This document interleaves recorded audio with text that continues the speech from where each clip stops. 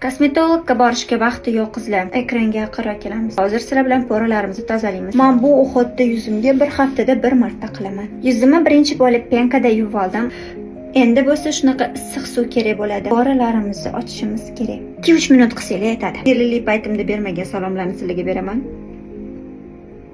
Yuzimni parlantirib oldim, poralarimni ochib oldim. Endi yuzimni enzimli pudra bilan yuvib olaman.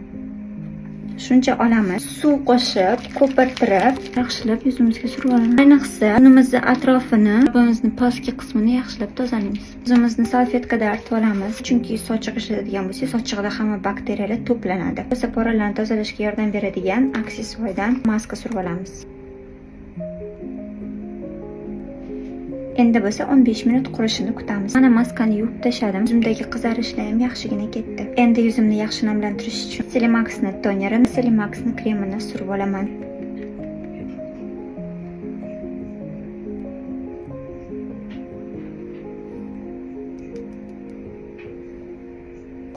Yuzim quruq va sezuvchan bo'lganligi uchun bir haftada bir marta qilaman. Lekin yuzi yog'li bo'lgan qizlar haftada 2 yoki 3 marta qilishlarini tavsiya qilgan bo'lardim.